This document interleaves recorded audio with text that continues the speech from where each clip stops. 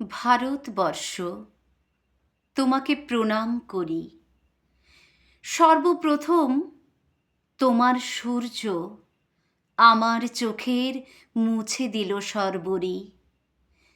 তোমার মাটিতে আমার এই দেহ গড়া, বাতাসে বাতাসে নিঃশ্বাস বায়ু ভরা। আকাশে আকাশে ওই যে নিবিড় নীল, মনের সঙ্গে অদ্ভুত উর্মিল। ওই যে পাহাড়, মহাসমুদ্র তল, উচ্চতা কত, গভীরতা নিস্তল।